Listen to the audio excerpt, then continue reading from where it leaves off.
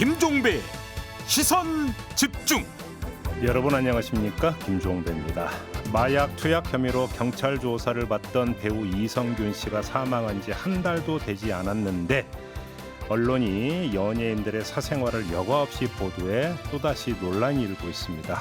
이런 가운데 어제 봉준호 감독을 비롯한 문화예술인들이 고 이성균 씨 수사에 대한 진상규명과 더불어 언론들의 자성을 촉구하기도 했는데요.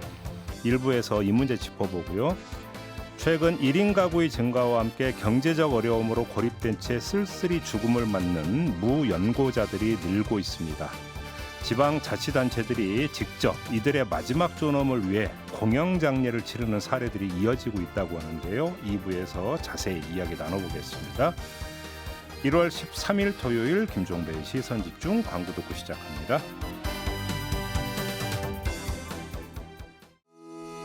시선집중은 촌철님들의 다양한 목소리를 기다립니다. 짧은 건 50원, 긴 건 100원인 문자메시지 샵 8001번, 스마트 라디오 미니와 유튜브 라이브로도 시선집중과 함께하실 수 있습니다. 믿고 듣는 진품시사 김종배의 시선집중.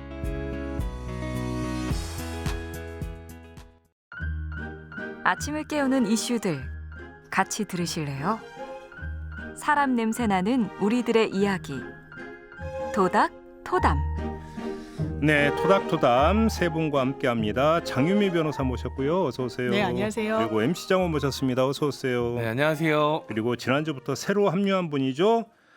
최민석 작가 모셨습니다. 어서 오세요. 네, 안녕하세요. 네, 우리 최 작가님 지난주 첫 방송이었는데 어떻게 하실만 하시던가요? 저야 뭐 아는 것도 없고 뭐 말도 잘 못하는데 두 분께서 워낙 훌륭하시고 또 진행자님께서 균형을 워낙 잘 잡아주셔서 여기는 편안하게 묻어가면 되겠구나. 그런 너무 마음으로 너무 모범답안 같잖아요. 그러니까 네. 영혼이 안 실린, 그죠? 찾아봤습니다. 검색해봤어요.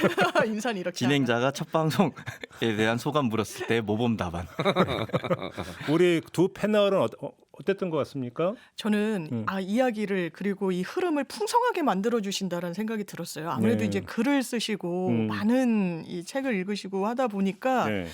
되게 이야기를 나누는 게 즐겁다라는 거 생각이 들었습니다. 그래요? 네. 환영사였고요. 우리 네. 연장은 어땠습니까? 아니 그 확실히 앞에서 이야기를 변호사님 말씀대로 풍성하게 만들어 주시고 첫 시작이 제일 어렵거든요, 사실. 그렇죠, 맞습니다. 근데 이제 첫 시작을 항상 좀 이렇게 이 깊이 있는 이야기로 채워 주시니까 뒤에 저도 이야기 붙이기가 너무 편해지니까 일단 방송 구조적으로도 너무 편해졌고 그 되게 외모도 그렇고 분위기도 편안한 분위기셔가지고 네. 칭찬인가요? 잠깐만, 여기서 외모가 편안하다는 건 어떤 뜻일까요? 되게 이렇게 이 뭐랄까 모나지 않고 둥글둥글하신 외모를 갖고 계시잖아요. 이렇게 네. 푸근한 약간 외모를. 그 M장님은 미국인 화법을 구사하시네요. 일단 칭찬을 해놓고 나중에 본인이 하고 싶은 얘기. 눈치도 빠르시고요. 아무튼 진심이었습니다, 진짜로. 고맙습니다. 예. 네. 오늘 지금 잠깐 이렇게 이야기 나누는 거 보니까 세 분의 합은 아주 좋은 것 같습니다. 네. 네, 방송의 생명은 합이다. 출연자들의 합이다. 네. 네. 그래서 토닥토닥은 별로 걱정이 없다. 이렇게 정리하고 넘어가도록 하겠습니다. 자, 첫 번째 주제 이야기 나눠봐야 될 텐데요. 역시 오디오 듣고 이야기 시작하겠습니다.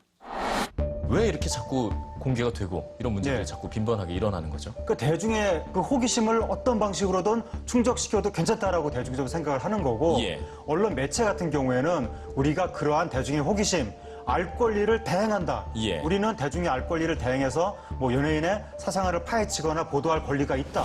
문화예술인들이 마약 투약 혐의로 수사를 받다가 숨진 고 이성균 배우 사건과 관련해 진상규명을 촉구했습니다.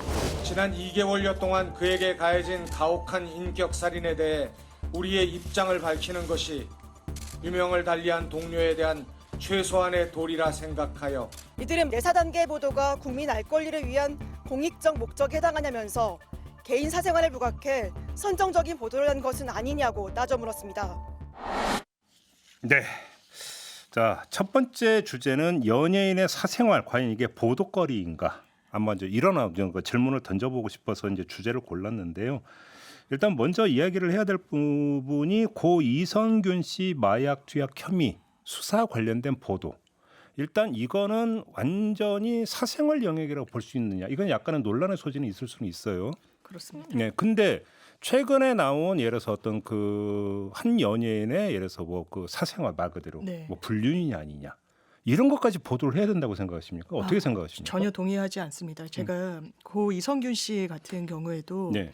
그러니까 보도가 두 축이 있었던 것 같아요. 처음에 이제 마약 혐의를 받는 부분. 음. 저는 그 보도에도 그리고 그것이 수사기관에서 나오는 과정도 문제는 상당히 많았다고 생각하는 편입니다. 왜냐하면 내사 단계는 사건 번호도 부여되지 않은 단계예요. 입건이 안 됐다는 겁니다. 이걸 수사할지 말지를 저울질하는 단계인데 그때 사실상 공개가 돼버렸거든요. 네. 부적절합니다. 근데 보도에 그 한 축이 있었고 마약 수사의 흐름은 뭐 쫓는 보도가 저는 나쁘다, 정당하지 않다라고 할 수는 없다라고 봅니다. 그런데 나머지 사생활과 관련된 부분, 마약 수사는 기본적으로 이 마약을 파는 사람과 사는 사람이 둘 다 가해자인 거예요. 그러니까 피해자가 없는 범죄다라고 해서 암수 범죄율이 너무나 높죠. 그래서 제보가 절대적입니다. 네. 제가 검찰에 계셨던 분도 사실 마약 수사를 할 때 한 제보자가 본인이 개업한 이후에도 계속 연락을 주고받는 걸 본 적도 있어요. 그런데 그런 수사의 형태상 한 유흥업소 실장이란 여성이 등장을 하죠. 그러면서 사생활이 이른바 까발려지기 시작하는 겁니다. 공영방송에서도 아주 마약과는 또 무관한 사담을 나눈 부분이 보도가 됐고요. 그러니까요. 가로세로 연구소에서는 상당히 아주 세부적으로 사실상 공개를 했죠. 제가 고인이 되신 이후에 이 지인을 취재했다는 연예기자분한테 이야기를 들었습니다. 결정적으로 굉장히 본인이 고통스러워했던 부분은 이런 사생활이 노출된 부분 그리고 이 유튜브 등을 통해서 공개된 부분이라고 이야기를 했다는 전언을 듣고 네. 이거는 과연 맞는 방향은 아니지 않나. 그러니까요. 그러니까 지금 조금 전에 장 변호사님 말씀을 잘 해주신 것 같은데 마약 문제는 하나의 어떤 공익적 문제로서 네. 다뤄질 수 있는 것이다. 특히나 연인이라고 한다면 사회적 파장이 클 수가 있는 것이기 때문에 그 부분은 언론 입장에서 계속 어떤 수사 경과를 지켜보면서 보도를 내는 것까지는 누가 뭐라고 할 수는 없을 것이다. 여기까지는. 네. 근데 문제는 그것이 마약 투약 의혹 사건과 직접적인 상관성이 전혀 없는 고인의 어떤 사생활 영역까지 그러면 들춰낼 이유는 뭐가 있는 것이냐. 지금 이 문제가 되는 거 아니겠습니까? 이 연예인들이 아주 이상한 아주 특성을 가진 직업인 것 같아요. 봤을 때는 유명한 연예인이라고 전제하고 생각했을 때 경제적으로도 강자고 많이 알려진 사람이지만 사실 따지고 보면 사회적으로는 약자입니다. 어떤 부정적 이슈가 터져 나왔을 때 그게 사실인지 아닌지의 판단 여부보다 연예인들은 그냥 그 이미지만 보고 판단을 내려버리거든요, 미리. 그냥 속칭 동네복 비슷한 신설을 전락돼 버리는. 사실관계는 사실 그닥 중요하게 여겨지지 않아요, 보면. 그러다 보니까 연예인들은 그런 이슈, 부정적 이슈에 있어서 사회적 약자일 수밖에 없습니다. 네. 그런 걸 악용해서 돈을 버는 인터넷 언론들도 있고요. 그러니까 마치 뭐가 있는 것처럼 보도해놓고 연예인들이 무서워서 두려워서 뭐 금전적으로 미리 뭐 입을 막으려고 해결하려고 하면 그런 식으로 돈을 받아서 그냥 아무 일 없던 것처럼 넘어가고 이런 식으로 이제 자신의 부를 쌓아가는 악용하는 사례들도 너무나도 많기 때문에 이 연예인들이 참 어떻게 보면 불쌍한 직업인 것 같다는 생각이 좀 듭니다. 그러니까 이제 외신 보면 종종 나오는 게 헐리우드 배우 이런 그 배우가 파파라치에게 막 발길질을 했다. 뭐 그래서 저는 가끔가다 야 오죽했으면 저랬을까. 저는 가끔 그런 상상을 했거든요. 그러니까 나를 추적하는 것까지 했는데 왜 내 요만한 어린 애까지 그러니까 추적하면서 그걸로 사진 팔아먹느냐. 오죽했으면 저럴까 싶은 생각이 들더라고요. 그럴 때 나오는 말이 이제 인권 침해다. 아니다. 뭐 알 권리 충족이다. 이렇게 늘 대립을 하잖아요. 그렇다면 이제 알 권리는 어디에서 기인하느냐 그걸 그렇죠. 좀 따져볼 필요가 있는데 그렇죠.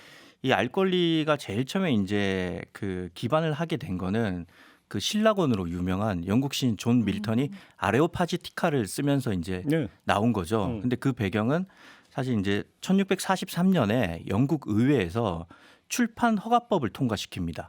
이 출판 허가법이 뭐냐면 의회에서 임명한 검열관이 사전 승인을 하고 검열받지 않은 출판물에 대해서는 유포할 수도 없고 징계를 한다. 그러니까 이게 있을 수 없는 일이라고 해서 사전 검열에 반대하기 위해서 존 밀턴이 표현의 자유를 주장한 거거든요. 이게 이제 아레오파지티카의 핵심입니다. 그리고 이걸 바탕으로 나중에 이제 프랑스 혁명이 일어나죠. 그래서 그 유명한 그 인간과 시민의 권리 선언. 여기서 모든 시민은 자유로이 발언하고 인쇄할 수 있다. 단 그 자유의 남용에 대해서는 책임을 져야 한다.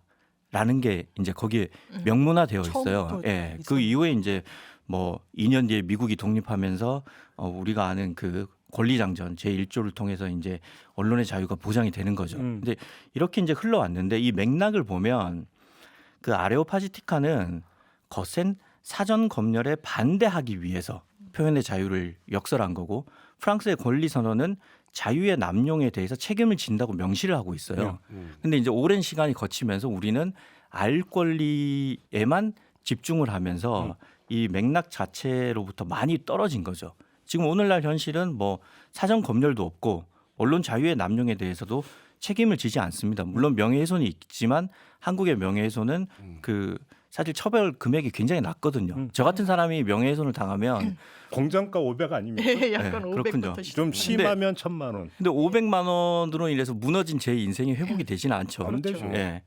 그러니까 결국은 지금 우리 시스템은 이 성숙한 시민 의식에 기반을 해서 질 낮은 기사를 생산하는 언론이 스스로 도태되게끔 하는 시스템이거든요. 이러다 보니까 알 권리가 사실상은 기자들이 알려주고 싶은 권리 혹은 좀 더 노골적으로 말하자면 뭐 자극적인 보도를 해서 광고를 따오고 싶은 권리로까지 실행되고 있는 거죠. 맞습니다. 네. 그러니까요. 네. 이게 사회 전반적으로 인권의 중요성은 높아지고 있는데 유독 이 알려진 사람들, 특히 연예인들의 인권은 반대로 낮아지고 있는 것 같아요. 이 보통 사람들의 인권은 굉장히 중요하게 여겨지기 때문에 보도할 때 굉장히 이것저것 법적으로 따져야 될 문제도 많고 예민한데 반면 연예인들은 오히려 더 다루기 쉬워지는 거죠, 상대적으로. 그러다 보니까 더 많이 언급이 되고 매체도 많아지고 인터넷에서 전파 속도도 빨라지고 네. 그런 현상이 계속 생기는 것 같습니다. 아니 누가 누구고 교제한다라는 게 뭐가 왜 보도가 돼야 돼요? 이게 일반인인데 지금 이 최근에 사생활 문자가 노출됐던 배우에 대입해서 그 배우를 빼고 일반인을 넣었다. 대단히 문제가 될 겁니다. 당연하지만 그렇다면 연예인이라고 해서 연예인은 공인이 아닙니다. 공인이란 건 공적 업무를 수행하는 사람이니까요. 대중의 인기를 향유하는 주체인 건 맞지만 엄밀한 검증의 대상은 아닌 부분이에요. 그런데 사생활 영역이 알 권리를 포장해서 그대로 무방비하게 노출된다. 그 가족들 피해는 상상을 지금 하기 어렵죠. 말씀하셨으니까 공인의 경우에도 네. 사생활은 보호되게 돼 있지 않나요? 그렇죠. 이제 명예훼손에서 그런 판시가 있습니다. 퍼블릭 피규어라고 해서 공인이다. 이게 이제 그 광우병 PD 수첩에서도 하나의 그 축으로 들어갔던 설시이긴 한데요. 일반인과 공인이 있을 때 공인은 좀 더 감내하도록 돼 있어요. 법의 정신이 그런 겁니다. 네. 뭐 사생활의 영역이지만 그게 공적 영역과 연관이 돼 있다거나 하면은 파헤칠 수 있는 겁니다. 그러나 그렇지 않은 사생활 그리고 개인적인 영역은 공인이든 사인이든 그 사람이 대중적으로 노출된 사람이든 아니든 어느 누구도 함부로 파헤쳐서는 안 된다는 생각입니다. 그러니까 이 공인의 개념이 사실 우리 사회에서 되게 혼용되고 있는 것 같아요. 그러니까 지금 이제 장윤미 변호사님이 말씀하신 것처럼 영어에서 쓰는 그 퍼블릭 피겨 이걸 이제 공적 인물로 해석을 하거든요. 네. 우리가 퍼블릭이 공이니까. 그러니까 이 공적 인물을 줄여서 공인으로 쓰는데 그러면 이 퍼블릭 피겨가 어디서 왔는지 좀 따져볼 필요가 있는 거죠. 네. 이 퍼블릭이 라틴어 명사 포플러스에서 왔어요. 이 포플러스가 이제 결국은 사람들, 백성, 영어로 이제 people이라는 의미인데 이게 사람들을 위해서 봉사하는 이런 식으로 쓰이기도 하지만 네. 사람들에게 많이 속해 있는, 사람들에게 많이 알려진 그런 뜻도 있거든요. 네. 그러니까 영어에서는 이게 사실상은 그 많은 사람들이 알고 있는 이란 뜻이에요. 그래서 저도 요참에 궁금해서 정리를 좀 해보려고 캠브리지 사전을 찾아보니까 TV나 라디오에 출연하거나 뉴스 잡지에 종종 언급되는 유명한 사람. 그러니까 이 퍼블릭 피겨도 사실 실질적인 의미는 유명인인 거예요. 근데 이거를 공적 인물을 우리는 공인으로 해석하면서 이 연예인에게까지 그 공직자에 대한 마치 선출직 공무원에 대한 책임과 의무까지 지워줘야 되는 게 아닌가 하는 오해가 있고 그렇죠. 예, 사람들은 그럼 왜 연예인을 공인으로 생각할까? 우리들이 주는 인기를 먹고 산다. 그렇기 때문에 우리가 뭐 들여다볼 권리가 있다. 그렇다 그건 때문에 건데 돈 받을까? 근데 사실 공직자들은 세금으로 먹고 살면서 권력을 누립니다. 그렇죠. 근데 이걸 마치 우리가 주는 인기를 세금으로 동일시 해서 여길 수 있느냐. 이건 좀 괴리가 있기 때문에 여기에 대해서는 저는 사실 뭐 연예인이 약자라고 볼 수도 있지만 그것보다는 사실 연예인을 바라보는 시선에 대한 오해가 있기 때문에 연예인을 공인으로까지 좀 확대 해석하는 경향이 우리 사회에 너무 퍼져 있는 게 아닌가. 작가님이 지금 좋은 말씀해 주신 게 그러니까 그 시민들이 공직자를 감시해야 되는 권리가 왜 나오냐면 주권자로서 가지고 있는 권력 내지 권한을 위임해 줬기 때문에 그렇죠. 그거를 네. 제대로 쓰고 있는지를 당연히 감시를 해야 된다라는 건데 근데 그러면 일반 시민들이 연예인한테 뭐를 줬느냐라는 거잖아요. 그건 준 게 아무리 해보자 관심인 거잖아요. 그냥. 그러니까 그 인기밖에 없는 거죠. 그러니까요. 예. 이거는 차원이 다른 얘기가 되는 거고 알 권리 얘기를 했는데 알 권리라는 것도 아까 공적인 부분에 연결이 되는 게 알 권리가 성립되는 것은 공적인 문제와 관련된 것의 알 권리인 거지. 공적인 문제 다시 말해서 공동체를 운영해 들어가기 위해서 내가 하나의 주권자로서 시민으로서 공적인 담론장에 그러니까 뛰어들어서 표현의 자유를 구가할 수 있기 위한 기초적인 조건으로서의 알 권리 보장이라고 이렇게 이야기를 하는 거거든요.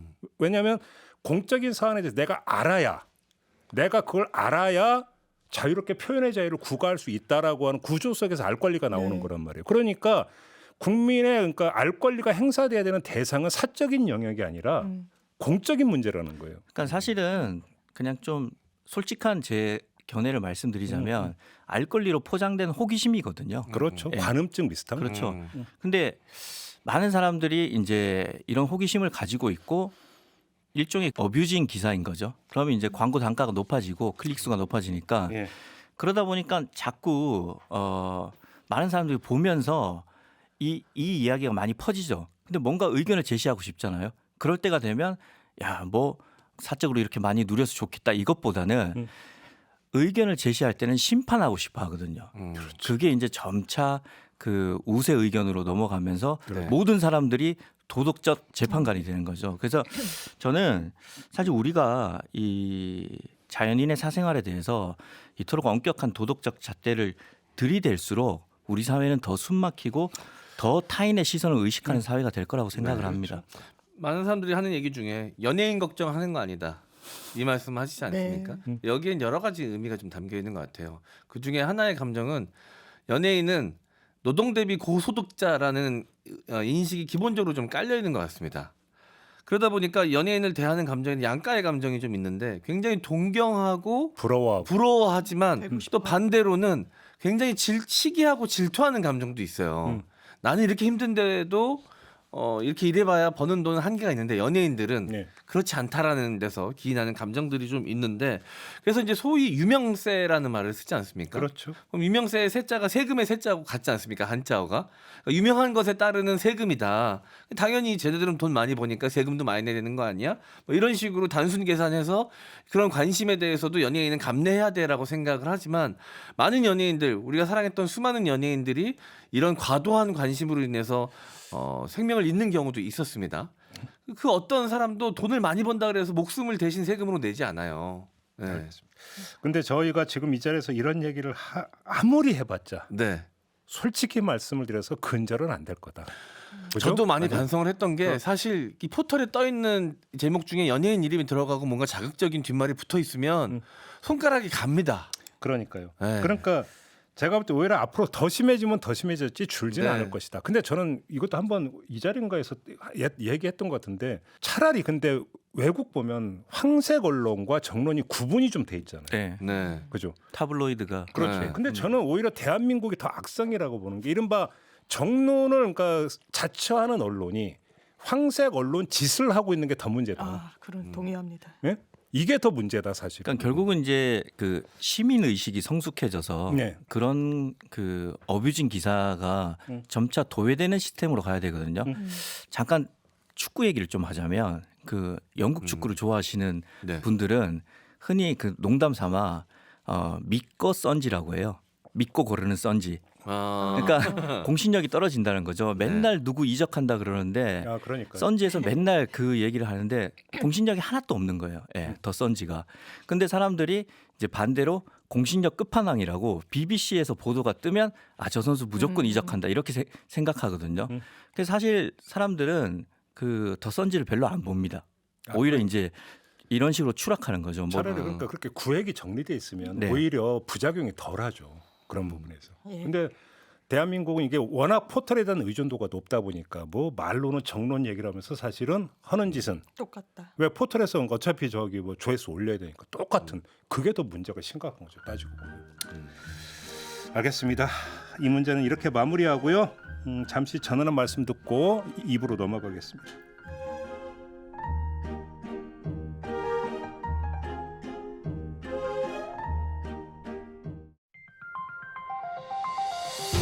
더 넓게 귀 기울이고 더 깊게 살펴봅니다. 대한민국 시사의 기준 김종배의 시선집중. 2024년에도 계속 시선집중하세요. 네, 김종배의 시선집중 토요일 코너 토닥토담 세 분과 함께하고 있습니다. 최민석 작가, 장윤미 변호사 그리고 MC 장원 세 분과 함께하고 있는데요. 2부도 주제와 관련된 오디오 듣고 이야기 나눠보겠습니다. 1인 가구 증가 속에 홀로 외롭게 생을 마감하는 무연고 사망자가 늘고 있습니다. 지난 한 해에만 5천 명이 넘을 걸로 보이는데요. 가족이 있는데도 시신 인수를 거부해 지자체가 장례를 치르는 경우도 적지 않습니다. 가족이 없거나 찾을 수 없거나 시신 인수를 기피한 경우 무연고 사망자로 분류돼 이 빈소에서 장례를 치릅니다. 돌봐줄 가족이 없는 무연고 사망자들의 죽음을 애도하고 추모할 수 있는 일일 빈소를 이렇게 마련해서 한 조사에서 부모를 자식이 모셔야 하느냐는 질문에 응답자 절반이 아니라고 답할 정도로 전통적 가족의 의미는 흐려지고 있습니다. 누구든 존엄한 죽음을 맞기 위해서는 가족 외에도 사회적 연계망이 필요하다고 전문가들은 지적합니다. OECD 국가 중에서도 가장 낮은 걸로 나오거든요. 이제 어떻게든지 공동체성을 좀 회복하고 지역사회 단위에서 돌보아주고 관심을 가져주고 이런 것들이 좀 필요하지 않을까. 각 지자체마다 무연고 사망 장례 지원이 제각각인 만큼 공영 장례 체계 마련이 필요하다는 목소리도 나옵니다. 네, 두 번째 주제는 바로 공영장례의 필요성인데요. 일단 장윤미 변호사께 네. 공영장례라는 개념을 어떻게 이해를 해야 되는 걸까요? 보통 장례라는 건 가족들이 치르고 하는 거잖아요. 그렇죠. 그렇지만 이제는 공공의 영역에서 이 부분도 좀 살펴야 된다라는 의미입니다. 네. 공영 장례, 그러니까 연고가 없이 돌아가신 분들, 그리고 돌아가셨는데 가족이 도저히 장례식조차 치르기 어려울 정도로 금전적으로 어렵거나 이런 분들, 왜냐하면 시신을 인수하지 않겠다고 하는 가족들도 상당히 많거든요. 네. 그렇다면 어떻게 해야 될 것이냐. 이게 어떤 법적 조치가 없으면요. 아무런 절차 없이 그냥 화장터로 보내집니다. 네. 그런데 이게 과연 맞느냐, 인간 존엄성에 부합하느냐라는 문제의식에서 출발한 거죠. 그래서 인간 존엄성을 지키면서 사회와 본인의 어떤 근거지와 생과 이별하도록 정부가 돕겠다, 지자체가 돕겠다 이런 것이어가지고요. 일단 빈소를 마련해주고 고인 예식 그리고 장례 절차 일단 치러드리는 겁니다. 상주가 지자체장이 되기도 했어요. 예. 봉사하시는 분들이 돌아가면서 하시기도 하고 안양시장인가가 한번 상주로 했던 전례도 있고요. 이게 제일 처음 도입된 게 2007년도 전남 신안에서였다라고 하는데요. 지금 2022년도 11월 기준으로 보면 82개 지자체에서 하고 있다라고 하고 어허. 특히 서울에서도 조례 도입이 돼가지고요. 2018년 4월부터 본격적인 논의가 있었고 조례가 통과된 지자체에서는 이 제도를 도입했는데 또 통과되지 않은 지자체에서는 그냥 이제 화장터로 보내주고 있는 현실이라고 합니다. 그러니까 지금 여기서 이제 이야기되는 공영 장례라고 하는 것은 연고가 없는 사망자의 장례를 어떤 지자체나 이런 데서 대신 치러준다. 네. 이런 개념. 그렇습니다. 근데 그렇다고 해서 무연고자를 전부 다 지금 하는 것도 아니라면서요. 네, 이게 사실상 이제 지자체에서 하고 있다 보니까 네. 그 지원금의 규모가 일단 천차만별입니다. 네. 광주 남구를 예를 들면 평균 지원금이 4만 원이에요. 근데 경기도 부천시에서는 최대 200만 원입니다. 그러니까 격차가 너무 크네요. 이것만 보더라도 최대 50배 차이가 나는 거죠. 근데 지금 현실이 무연고 사망자가 점차 늘고 있고 그다음 시행하는 지자체는 적고 지원 수준은 차이가 많이 나니까 네. 이게 진짜 더 여기 필요에 대한 공감대가 확대가 된다면 중앙정부 차원에서 지원하는 논의도 좀 일어나는 게 좋지 않을까라는 생각도 저는 갖고 있어요. 이게 어차피 추세인 게 갈수록 1인 가구는 늘어나고 있고 네. 그러다 보니 당연히 고독사는 더 그러니까 비례해서 늘게 돼 있고 이 가운데는 1인 가구가 많다는 것은 또 그만큼 가족과 연을 끊었거나 네. 아니면 가족이 없는 분들이 또 그만큼 있다라는 이야기로 연결이 될 수 있는 거. 무연고자 사망자는 당연히 늘어날 수밖에 없다라는 거잖아요. 이 이야기는. 사실 이 이야기에 있어서 가장 좀 관심이 가고 그랬던 사람은 여기 스튜디오 안에 있는 사람 중엔 저일 것 같습니다. 그래 왜요? 다 자녀가 있으시잖아요. 아 예. 저는 자녀가 없다 보니까 종종 저의 죽음 이후의 상황에 대해서 상상해보곤 하거든요. 누가 내 빈소를 지켜줄까? 누가 내 장례를 치러줄까? 이런 불안과 공포가 가끔씩 엄습해올 때가 있습니다. 네. 가끔씩 이제 다용도실 같은 데서 빨래 정리하다가 핸드폰을 안 들고 왔네 하면서 갑자기 또 불안할 때가 있어요. 내가 갑자기 여기서 쓰러지거나 갇히면 도와줄 사람이 없는데 그런 것처럼 그러면 내 죽음 이후엔 누가 나를 챙겨주지? 이런 공포가 막 생기거든요. 아직까지는 뭐 결혼이나 그 이후에 뭐 출산에 대한 계획이 없다 보니까 이후에 또 달라질 수도 있겠지만 근데 이런 인구가 1인 가구가 계속해서 늘어나고 있거든요. 노령 인구도 계속 늘어나고 있고 그러니까 이런 식으로 무연고 사망자의 숫자는 계속해서 늘어날 수밖에 없으니까 실시하고 있는 지자체에서 근무하고 계신 담당 공무원의 인터뷰를 보니까 매년 거의 2배수 이상으로 늘어나고 있더라고요. 근데 여기서 가족이 없어서 내 연고가 없어가지고 그런 경우는 알겠는데 가족이 있는데 가족이 시신인계를 거부하는 경우도 많다면서요. 제가 그 구정인 작가의 기분 없는 기분이란 만화책을 본 적이 있어요. 이게 고독사와 관련된 건데요. 본인의 체험을 만화로 한 겁니다. 아버지랑 절연한 채로 지냈던 거예요. 그리고 아버지가 고독사를 한 거죠, 혼자. 그러면 거기서는 이제 장례를 치러드리고 했던 걸로 기억하는데 굉장히 홀로 남겨진 노인들이 가족과의 히스토리가 복잡다단한 경우들이 있는 것 같습니다. 그리고 금전적으로도 지원까지 하기가 어려운, 어렸을 때 뭔가 가족에 소홀했고 이런 부분이 가족과의 절연을 가져왔는데 홀로 돌아가신 다음에 경제적으로 부담까지 우리가 안을 수는 없다라는 선택을 하는 가족분들도 상당히 많으시다는 거죠. 그러니까요. 그리고 지금 이제 조금 전에 진행자님께서 말씀하신 경우 가족이 있는데도 공영장례 혜택 가족이 있기 때문에 공영장례 혜택을 못 받는 무연고자가 있다.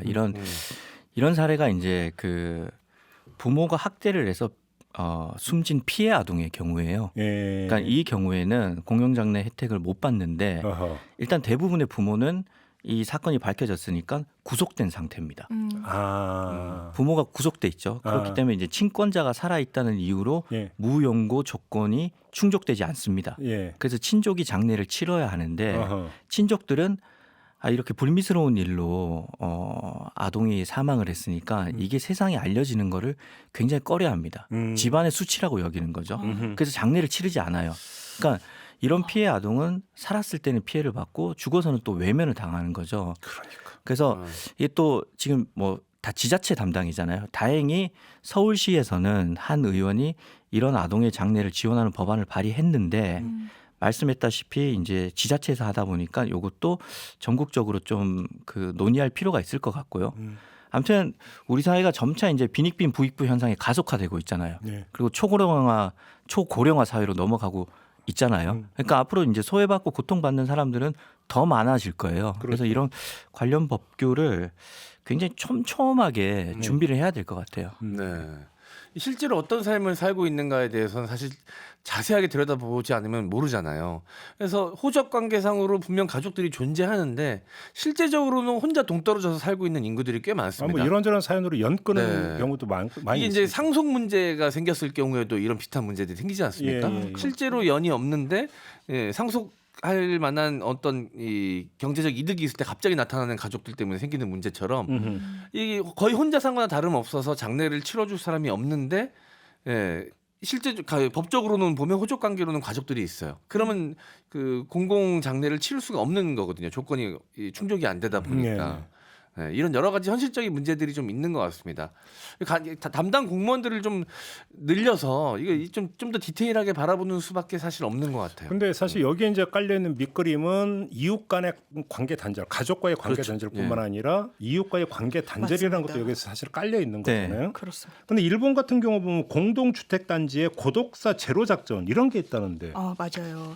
그때 제가 특집 방송 때 정신과 전문의 분이 일본에서는 뭐 히키코모리 서포터스 이런 제도적인 게 한국보다 훨씬 미리 이제 안착이 됐는데 왜 어떻게 이렇게 구사할 수 있었느냐고 물었을 때 데이터라고 대답했다라는 거잖아요. 일본도 이 고령 인구, 고령화 노인 인구의 증가가 한국보다 훨씬 먼저 선행됐었고 그러니까 고독사 문제가 사회 문제화 됐었던 겁니다. 그래서 어떡하냐. 이를테면 이 고레이샤 미마모리 소단 마도구치라고 표현하는데 이게 정식 명칭이라 말씀을 드렸는데요. 고령자 지킴이 상담 창구가 있어요. 그러면 이 창구를 상시적으로 막 비용을 들여가면서 운영하느냐 이런 게 아니라는 겁니다. 이 각각의 본인의 집에 살고 있는데 불쑥 상담실이라는 거예요. 언제든지 불쑥 들어가서 안위를 유지하면서 살고 있는지 건강이 갑자기 나빠지진 않았는지를 사회 공동체 이런 동네 공동체 안에서 안전을 담보해 준다라는 거죠. 우리도 필요한 시점이 되지 않았나. 그러니까요. 말씀하셔서 저도 떠올랐는데 완전히 일치하지는 않지만 조금 훈훈한 얘기를 하자면 우리 사회도 약간 비슷한 그 뭐랄까 프로그램이 있어요. 그러니까 혼자 사시는 독거노인들을 위해서 주민센터에서 봉사자들이 우유 배달을 해드리거든요. 그게 뭐냐면 사실 목적이 우유가 아닙니다. 그러니까 문 앞에다가 우유를 매일 한 팩씩 그 비닐봉지에 싸서 걸어놔요. 그럼 안녕하신지 확인. 예, 그렇습니다. 그러니까 고독사 문제가 너무 심하다 보니까 어느 순간 이 우유가 문 앞에서 그대로 걸려 있다. 그러면 어르신의 집안을 확인을 해봐야 되는 상황인 거죠. 아무튼 뭐 우유 한 팩을 지원하는 거지만 이것도 뭐 필요한 거라고 생각을 하고요. 그러니까 사실 저는 제일 중요한 게 공동체의 관심이거든요. 그렇죠. 제일 훈훈했던 거는 오늘 지금 이제 방송하러 들어오기 전에 M장님께서 이게 오늘 내 문제다. 나는 진짜 당면한 문제다. 그러니까 또 작가님께서 나 역시 같은 고민을 갖고 있다. 그래서 우리가 서로 챙겨주자. 연대가 그러니까, 생기기 시작했습니다. 그렇죠. 이게 이제 정보 교환했어요. 그래서 냉장고에 연락처 붙여놓으라고 해가지고 오늘 새로운 정보를 또 입수해서 저도 그래야겠다 생각했습니다. 그러니까 이런 담론을 통해서 우리가 서로에게 관심을 갖는다는 거. 사실 이게 제일 중요한 거죠. 근데 그 주변에 관심이 적은 것도 있지만 또 본인 입장에서 주변에 폐 끼치기 싫다고 도움의 성격을 거부하는 경우도 있지 않습니까? 그럴 수 있죠. 제가 봤던 정말 가슴 아픈 기사 중에 한 지체 장애인분이 50대 남성이었는데 작년 5월에 이제 극단적 선택을 하신 거예요. 머리맡에는 한 260만 원이 놓여져 있었다는 겁니다. 유서에는 제 장례를 치러주세요라고 써 있었다는 거예요. 이제 끝까지 가는 길이 남한테 정말 손 내밀고 싶지 않고 정말 패 끼치고 싶지 않다라는 그 절절한 심경이 있었다라는 생각이 들어요. 그래서 정말 가시는 길을 존엄을 끝까지 지킬 수 있도록 해드리는 게 사회적 과제다라는 생각이 들고 그래서 정말 의미 있다라고 생각이 들었던 게 이게 장애인 언론 비마이너라는 곳이 있습니다. 거기에서는 이 무연고자분들 그리고 서울시에서 치르는 공영장례에 누가 돌아가셨는지 부고 기사를 작성한다는 거예요. 그러면서 누구도 관심 가지지 않을 수 있지만 누군가는 그래도 알아야 되는 정보 이게 마지막 창구라는 거예요. 혹시 유가족들이 보고 연락을 해올 수도 있는 거고 뭔가 사회적 연결고리가 더 이어질 수도 있는 거라서 그래도 이런 작은 움직임들이 우리 사회에 계속되고 있구나 이런 생각이 듭니다. 여기서 얘기를 좀 약간만 좀 넓혀볼게요. 그러니까 어떤 무연고자나 이런 분들의 장례를 공공부문에서 대신 치러준다. 이거 뭐 여기서 뭐 이견이 제시될 여지는 제가 볼 때는 별로 없다고 생각을 하는데 근데 조금만 범위를 넓히면 이런 경우가 있거든요. 뭐냐면 가족이 있는데 그 장례 치르기가 너무나 부담되는 경제적으로는 여러 가지 이런 경우도 사실 많이 있어요. 근데 한번 이런 생각 한번 해보셨어요? 우리 사회에 상조회사가 여러 가지가 있잖아요. 근데 어마어마하게 규모가 크잖아요. 그렇죠. 왜 이럴까라는 생각을 혹시 한번 해보신 적 있으세요? 왜 장례 문화가 이렇게 되면서 왜 이렇게 엄청난 비용이 들어가야 되고 그래서 그 비용이 부담이 돼가지고 상조회사에 가입해서 매달 얼마씩 납부를 해야 되는가? 이게 뭔가 장례 문화가 뭔가 좀 약간 왜곡돼 있는 거 아닌가 혹시 이런 생각 안 해보셨습니까?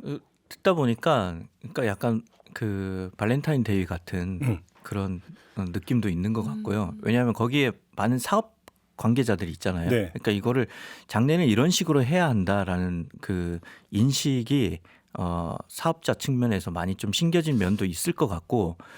그러니까 우리 사회 일각에서 이런 주장이 사실은 아직은 힘을 많이 못 받고 있는데 공공장례라고 하는 또 이제 그 개념을 이야기하는 분들이 계세요. 무슨 얘기냐면 비근한 예로 최근에는 이제 그 공공보험에서 장례식장을 설치하는 경우가 있잖아요. 네, 네. 그래서 일반 병원의 어떤 장례식장보다는 비용이 좀 싼. 근데 그거는 공간대여의 부분으로 한정이 되어 있다는 것이죠.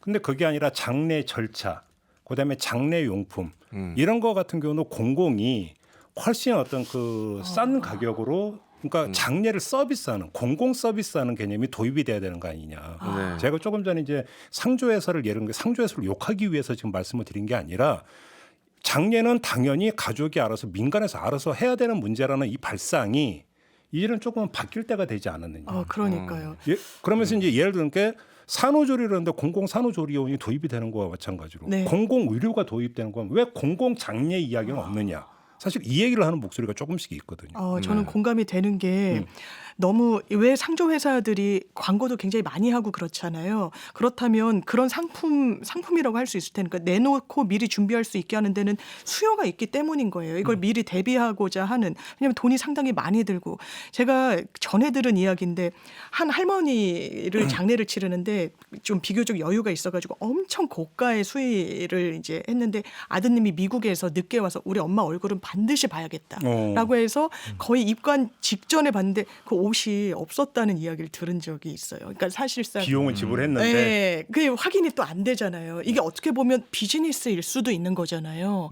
그렇다면 이 부분이 뭐 여유가 되시는 분들은 모르겠지만 저는 공공산후조리원도 제가 출산을 했을 때 있었고 굉장히 많이 보편적으로 이용이 가능했다면 이용했을 것 같아요. 왜냐하면 산후조리원 비용도 상당히 비싸거든요. 그럼요. 몇백 들고. 그렇죠. 네. 장례 비용도 마찬가지거든요. 누구나 또 이거는 거의 모든 국민들이 지출해야 되는 비용이잖아요. 가족이 돌아가셨을 때, 뭐 출산을 했을 때 마찬가지로. 그렇다면 이거를 그냥 사적 영역에 계속 맡겨놓는 것이 맞느냐. 이것도 공적인 영역에서 비용 부담을 줄이는 것도 하나의 사회적으로 해볼 만한 지점이 아닌가. 예를 들어서 이런 게 있는 거예요. 그러니까 지금 그 공공 장례식장은 말대로 공간을 좀 싸게 그 대여해 준다라고는 거기에서 멈춰 있는데 그것도 제가 볼 때는 하나의 진척일 수 있는데 상주 입장에서 자식 입장에서 이런 게 있어요. 수위를 맞추는데 제일 싼 거 해주세요. 그러니까요. 얘기를 못 한다라는 거죠. 네. 왜 그러냐면 그러면 안 될 것 같고 자식된 도리로 그런데 문제는 경제적으로 지불 여력은 한계가 있는데 그러니까 끙끙 앓고 그래서 근데 또 누군가는 거기서 그래도 이 정도는 해드려야 되지 않습니까? 이렇게 돼버리면 비용이 계속 과다 지출되어 버리는. 그렇죠. 그다음에 예를 들어서 어떤 이 단내에도 뭐 엄청난 그러니까 조화를 어떤 설치해 들어가는데도 마찬가지고 이렇게 되면서 이렇게 되다 보니까 뭐냐면 필요 이상의 지출이 많아지고 그게 전부 다 고스란히 유족의 경제적 부담으로 되돌아온다라는 거죠. 근데 그게 공공 서비스가 많이 일반화되어 버리면 이런 것들을 많이 줄일 수가 있다라는 거예요. 저는 이게 다 연결돼 있다고 생각해요. 사실 우리 결혼 문화가 되게 호화롭잖아요. 웨딩 케이크 하나가 값이 엄청나게 비싸잖아요.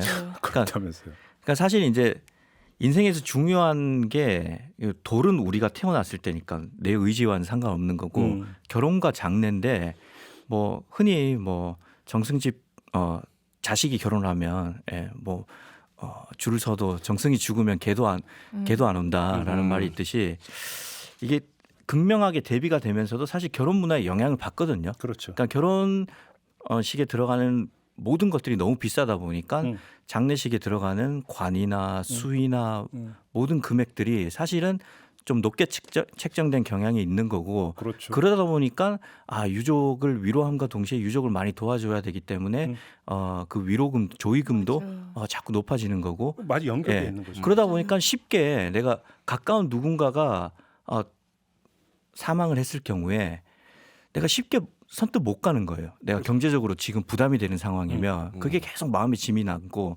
그래서 좀 더 본질에 집중된 장례 문화를 갖추는 게 바탕이 돼야 되고 그러고 이제 공공장례에 대한 논의도 좀 더 확대돼야 될 것 같아요. 상을 치러보신 분들 아마 대부분 아마 그런 걸 경험을 하셨을 거든요. 요즘은 이제 매장보다는 화장이 이제 많이 일반화되다 보니까 관 같은 경우도 맞아요. 이제 그 모셨다가 화장터까지 가는 동안만 모시는 관이란 그렇죠. 말이에요. 그 사실 태워질 거죠. 그렇죠. 태워질 거예요. 그다음에 유골함도 마찬가지거든요. 그러니까 화장터에서부터 어떤 뭐 그게 봉안당이 되든 어디든 거기까지만 모시는 함이에요.